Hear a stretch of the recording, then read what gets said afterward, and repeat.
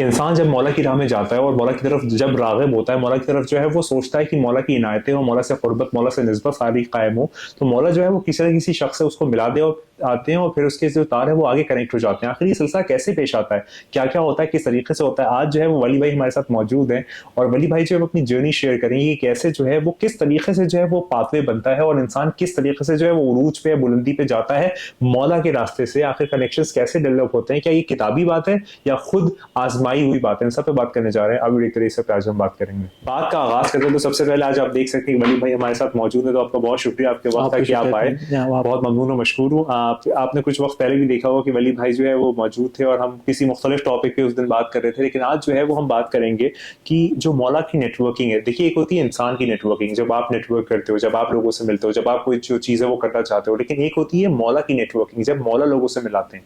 तो हमारा राब्ता किस साल हुआ था? अगर मैं आपसे बात करूँ, हम क्या किस साल मुलाकात हुई थी हमारी? 2023 में 23 में तकरीबन। तो गालिबन अगर 2022 की लास्ट था और 2023 की स्टार्टिंग थी, इसी दौरान मेरी मुलाकात हुई थी।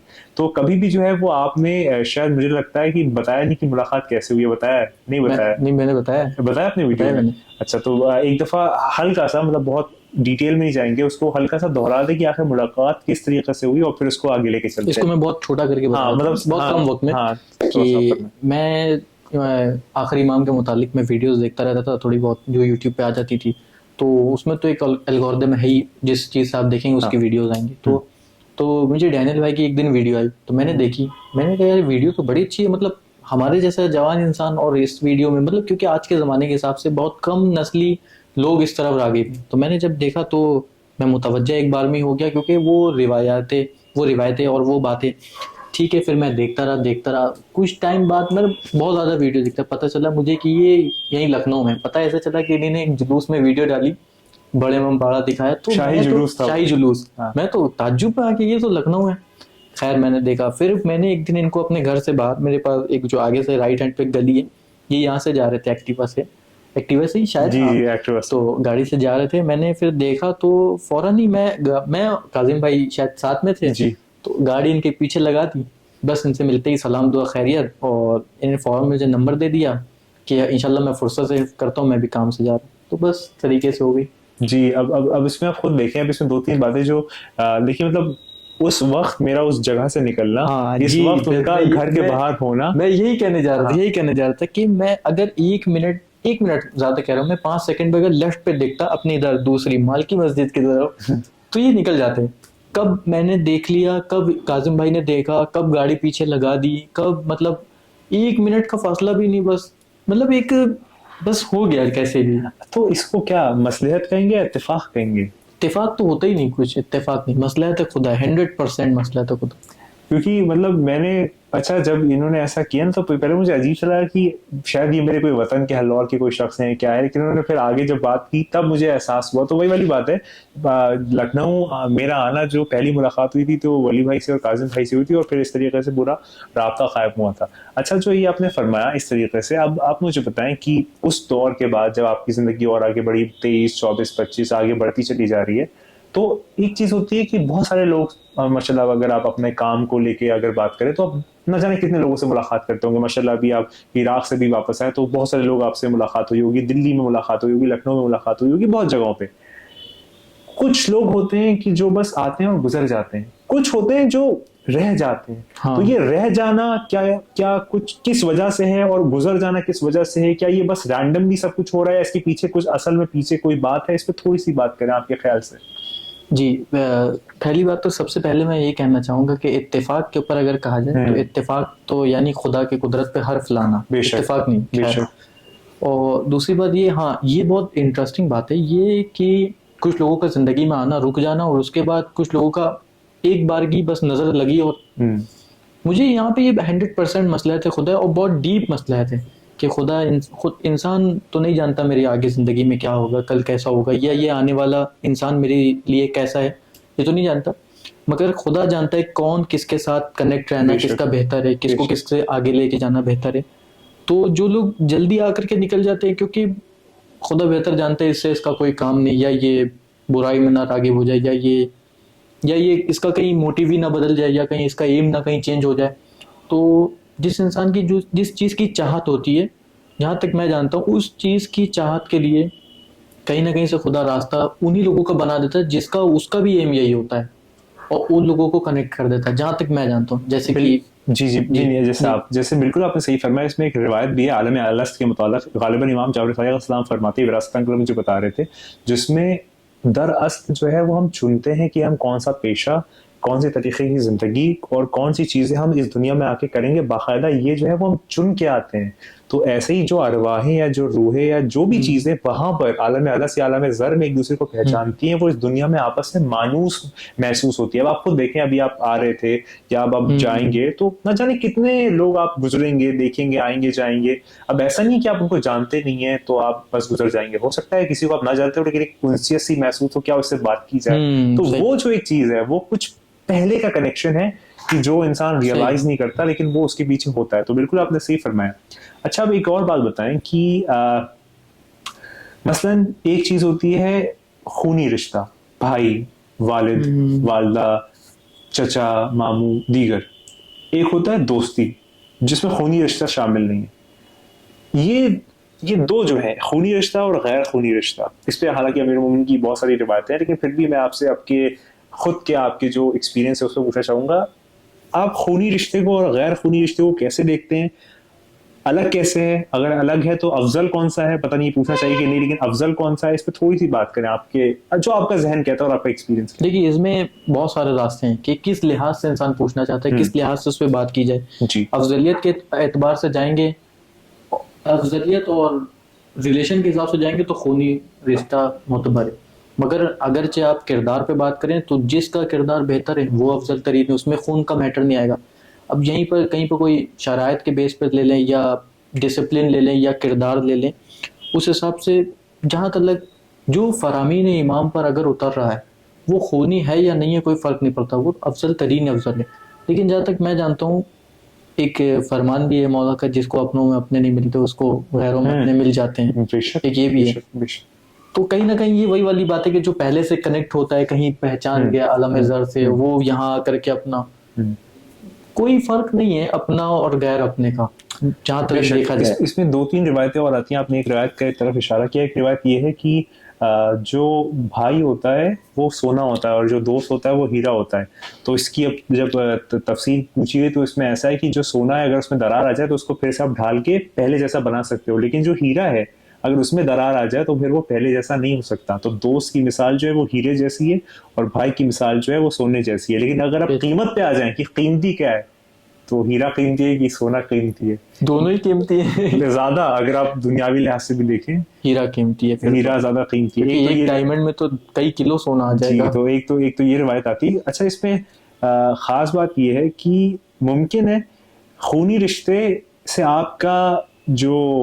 आपकी जो बातें हैं या आपकी जो ख्यालात हैं वो मिले नहीं, लेकिन फिर भी आपको वो निभाना है क्योंकि वो खूनी रिश्ता है। बेहतर दोस्ती आप खुद चुनते हैं कि हाँ भाई इससे मेरा मिजाज मिल रहा है और आपके ऊपर वो कोई हुज्जत नहीं है, फिर भी आप उसके साथ हैं, तो मतलब कुछ तो बात है। आप समझ पा रहे हैं, मतलब ऐसा सब वही है ना, इंसान अपने आप को दूसरे में ढूंढता है। हाँ बेशक, बिल्कुल सही फरमाया। सारा मामला तो ये है कि जब वो अपने आप में ढूंढता हो, जो क्योंकि दरअसल इंसान खुद परस्त है, देखा जाए ना, इंसान खुद नफ्स परस्त, बिल्कुल सही नहीं कहूंगा मैं, खुद परस्त है जी, अपने में ही हर चीज को ढूंढता है। सही फरमाया। दूसरे को अपने में ढूंढता है, अपने में मिलता है तो ठीक है, नहीं मिलता है तो फिर छोड़ देना है। बिल्कुल सही फरमाया। इसमें एक और चीज है, मेंटलिज्म में एक चीज कहा जाता है, इंसान की मेंटलिज्म में दो चीजें हैं, एक है मैचिंग और एक है मिररिंग। मैचिंग मतलब अगर कोई चीज मैच हो रही है तो आपसे मेरी बात बनेगी, और अगर मिररिंग, जो आप कर रहे हो वो मैं कर रहा हूँ, ये जो मैं कर रहा हूँ वो आप कर रहा हूँ, तो फिर हम मिजाज होंगे। तो ये दो चीज मेंटलिज्म में करी जाती है कि अगर आपको रिश्ता आगे लेके जाना है। चलिए, अब हमने मजाजी बातें कर ली, खूनी रिश्ता, गैर खूनी रिश्ता, दोस्ती, फैमिली, ठीक है, ये तो एक नीचे सतह की बात है। अब आप बात करते हैं बंदे और मालिक के रिश्ते के ऊपर, तुराब और अबू तुराब के ऊपर, मोमिन और अमीरुल मोमिनीन के रिश्ते के ऊपर, मुत्तकी और अमीरुल मुत्तकी के ऊपर। हम बात करते हैं पस्ती और हस्ती के ऊपर, हम बात करते हैं नुत्फे और नुक्ते के ऊपर। इस रिश्ते पे कुछ कलाम करिए। अब तो बाकी खबर, ये हर्फ नुक्ता खत्म यहाँ पे हो गया, अब इस पे बात करें कि अब ये रिश्ता क्या है, ये रिश्ता कहाँ डालेंगे, क्या कहेंगे, कैसे बुलाएंगे। ये तो उस रिश्ते की आपने बात कर दी जहाँ सोना भी फीका है और हीरा भी फीका है और कोहिनूर भी फीका है, सब फीका है। बेशक मतलब मौला की मोहब्बत हम लोगों से कितनी है ये हम लोग अंदाजा नहीं कर सकते बेशक कभी भी। बेशक उन वो हमारे हक में क्या चाहते हैं और हम अपने हक के लिए क्या मांग रहे हैं, बेशक बहुत बहुत फर्क है, जमीन और आसमान का फर्क है।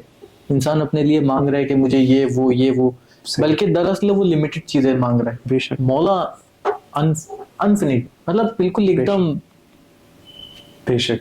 तो क्या क्या मौला से एक रिश्ता बाप वाला है या दोस्त वाला है, कैसा रिश्ता है वो, उसको लफ्जों में, हालांकि बहुत मुश्किल है लेकिन मौला से फिर हम भी। लोगों का रिश्ता कुछ ऐसा है। मैंने ये एक शायद हदीस भी पढ़ी जी, थी या रिवायत शायद है, रिवायत भी है रिवायत है। कि मौला का तो फरमान है, मैं तुम्हारा बाप भी हूँ, जी मैं तुम्हारा भाई भी हूँ, जी, मैं तुम्हारा दोस्त भी हूँ। बेशक इसको बेशक। मुझे लगता है कहीं ना कहीं क्यों मौला ने कहा, जी दरअसल दरअसल ये समझने की कोशिश करें कि कोई इंसान बाप से बहुत ज्यादा मोहब्बत करता है। बेशक कुछ ऐसे होते हैं जो बाप से कम भाई से ज्यादा मोहब्बत बेशक करते हैं, बेशक। लेकिन बहुत से ऐसे मिल जाएंगे आपको दुनिया में जो बाप और भाई नहीं, दोस्त से ज्यादा मोहब्बत करते हैं। बेशक, तो तीनों तो कवर हो गए। तो तीनों कवर हो गए, लेकिन मौला इसलिए मुझे जहां तक मेरा दिल जो ये कह रहा जी है जी जी। कि मौला इसलिए भी फरमा रहे हैं कि कोई इंसान अगर ना चाहे मुझे बाप तो दोस्त समझ के बात कर ले, भाई समझ के बात कर ले, लेकिन मोहब्बत देखिए मौला की कि मुझसे बात कर ले, कुछ ना सही तो दोस्ती। देखिए हाँ। मतलब एक अफजल तरीन पहले क्या रखा, बात, सरदार एकदम क्या बाप, बात है।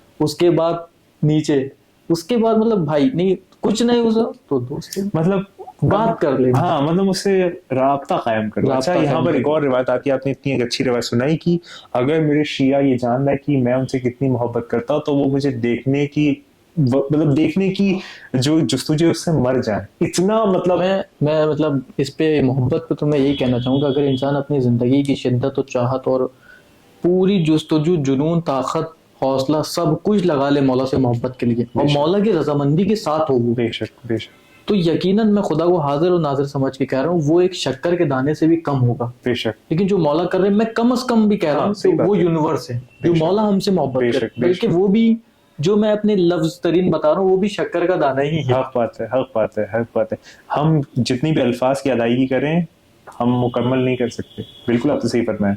अच्छा, अब इसमें एक चीज़ और आ जाती है, मतलब आपने मौला का, हमने बात की दुनियावी रिश्ते, उसमें फिर खूनी गैर खूनी दोस्ती, फिर मौला के रिश्ते की बात की। अब एक और बात करते हैं कि मजलिसें आमी और ख़ास मजलिसें, मजलिसें यानी कि गैदरिंग, मैं ख़ास मुहर्रम की मजलिसों की बात नहीं कर रहा। सही। एक मजलिस का एहतमाम करना, उसमें जाकिर का या मौलाना का फ़ज़ाइल पढ़ना, नीयत क्या है खुदा बेहतर जाने, उस पर हम बहस नहीं करते। एक तो वो हो गया, पब्लिक आए, 100-200 लोग आए, करा हिस्सा, मतलब हिस्सा मिला मजलिस का, सब कुछ हुआ, ठीक है।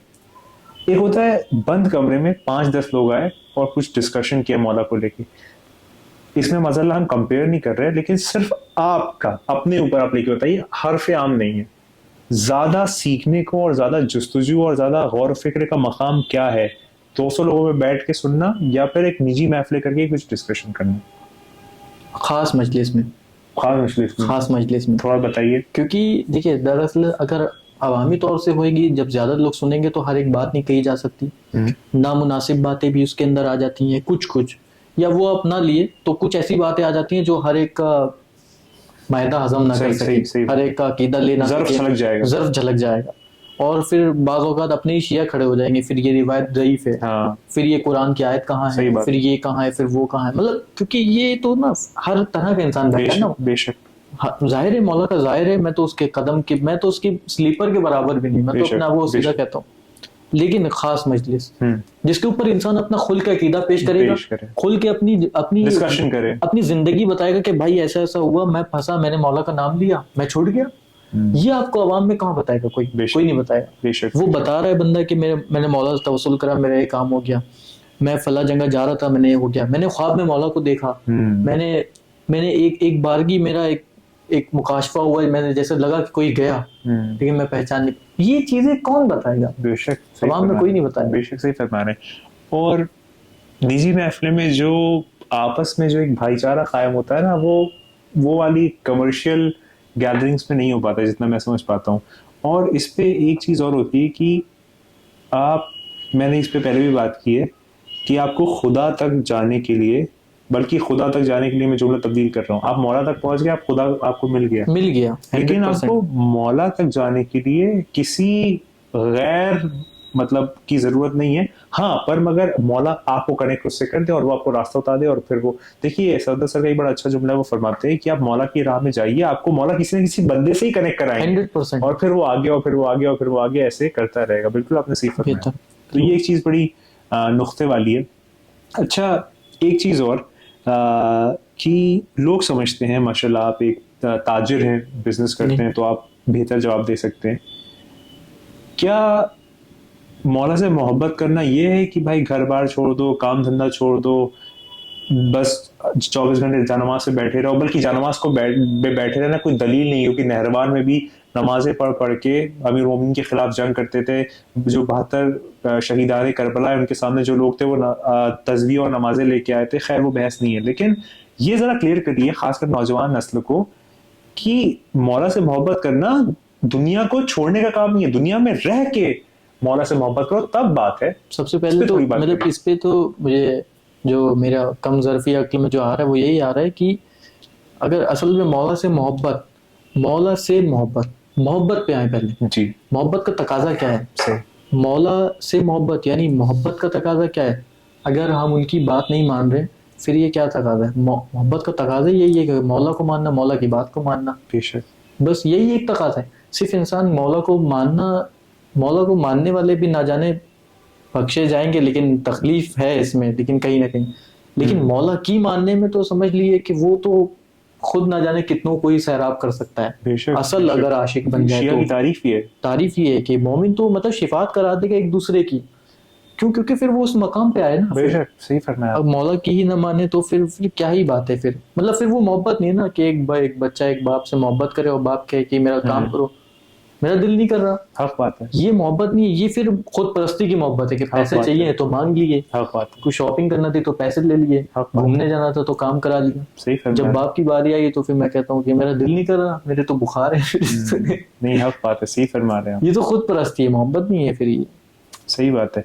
तो अगर हम इस वीडियो को क्लोज करें और एक आखिरी जो है वो मैसेज पे आए, तो फिर आप जितने भी नौजवान हैं, जितने भी मौला के चाहने वाले आशिकीन, नासरीन, मुंतज़रीन, मुहिब्बीन, और जितने भी वो लोग हैं जो चाहते हैं सफ़र के आगाज़ करना या ये सफ़र जो कर रहे हैं, या फिर आपकी तरफ से एक ख़ास पैगाम जो बहुत बहुत डायरेक्टली आपके दिल से जो है वो और लोगों तक पहुँचे, तो उस पर कुछ आप एक जुमला कह दें, आप जो भी पैगाम देना चाहें, जो भी आपके जहन में।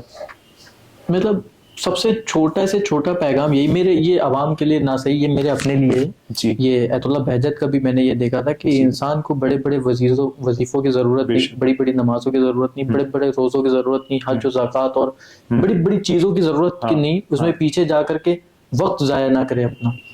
सिर्फ अपने मौला से मोहब्बत रखे, उनसे उनसियत रखे, उनसे तवस्सुल करे, कोशिश ये करे कि जितना उसको मालूम है उस पर अमल करें।